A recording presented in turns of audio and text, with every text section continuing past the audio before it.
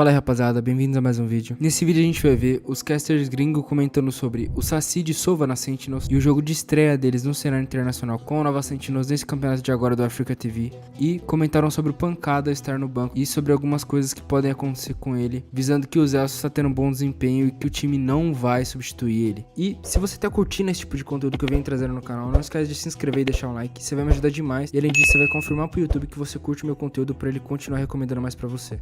E se você ainda não conhece a loja Valorant, lá é onde você encontra produtos personalizados de Valorant. A gente tem diversos modelos de estampa de caneca, garrafas e chaveiros em metais de altíssima qualidade. Se você quiser presentear alguém que joga Valorant, é só acessar o site e na hora de adicionar o produto ao carrinho, você adiciona o nick da pessoa, que a gente vai produzir com muito carinho. Yeah.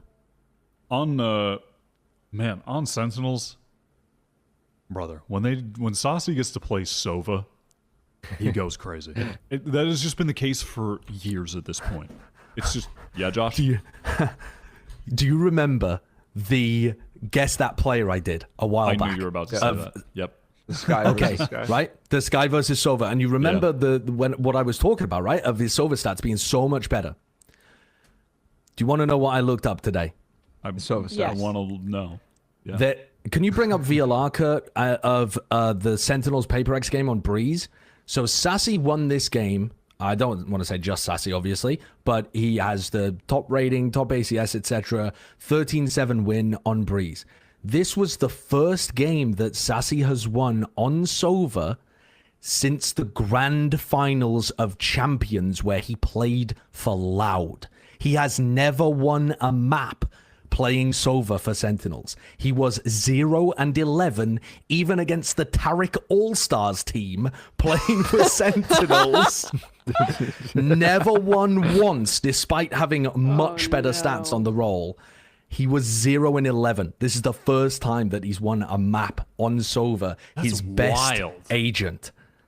And he still has better stats on it despite losing all those games. That is wild. Yes. Holy shit. Yeah, he did go crazy.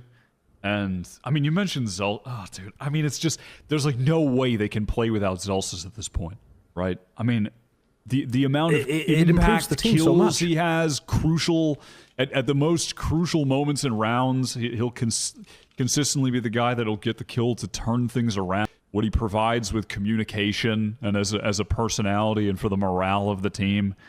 I feel like I come on here and just slurp this dude every week, but like it's just he's just so good that it's like this shit is bananas that he didn't get a starting spot and is now getting the Sentinels treatment where they're rotating him. I mean, yeah, now he did. He did get a starting spot, and now he's gotten a starting spot. Basically, like if you're management, how can they not be inclined to put him in full time at this point? I just don't see how that's not going to be an end result of this, unless he doesn't want to and wants to make content. But I would be losing my mind if I was a Brazilian fan, by the way, where you're watching like Xandi on stream talking about the death of the Brazilian scene because none of their tier 2 talent can compete and in scrim environments with top tier teams.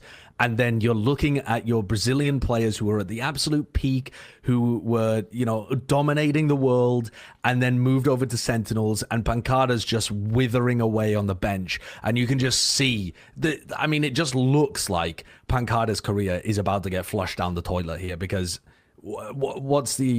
is he just going to wither away on the bench? Are they going to have some kind of weird rotating 6-person roster? Are they going to release him and he actually gets picked up by another Brazilian team and gets to actually recover his career? Because at this point, the dude hasn't even played smokes in a match for ages because he was playing an off-roll all last year. He played smokes like in an off-season map like once and farmed. And he was ill that time when they subbed him in as well when he underperformed. Like, we haven't even got to see Pancada play since he won champs. That switch to Sentinel last year might have done some, maybe not even might have, but that might have done some damage to the career of a fantastic player. I mean, I think it just wasn't the role did, right? Because he gets switched onto a role, doesn't compete well, not that lowers his stocks into the next year. Sentinels has different priorities, but they don't want to get rid of him because he's kind of an asset to the team if they ever wanted to use him.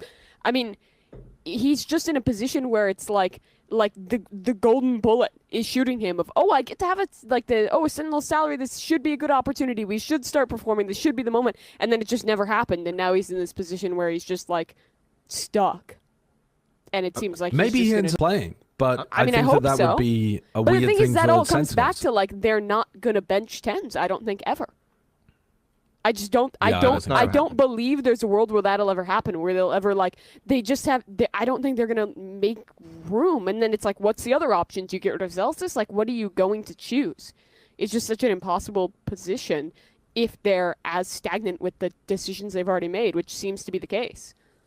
I mean, I'm not even I don't have any Brazilian blood at all, but my blood is fucking boiling, bro. It's an insane situation to have. And it's not even something that's new to them either, because this shit happened in CS too. Fucking Brazilian talent going to wither and die on NA teams. Like, that shit happens all the time, and they end up coaching the fucking NA teams down the line.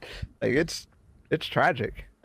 What it reminds me of is the English-speaking players on Korean teams in Overwatch, where the Korean you would build these people would build these mixed rosters, and eventually the Korean-speaking players, who were generally the better players overall, kind of just found it more fluid to play with other Korean-speaking players, and just naturally pushed out a lot of, not all the time, but just naturally ended up pushing out quite a few of the English-speaking players on the team, and often to the detriment of the team, by the way.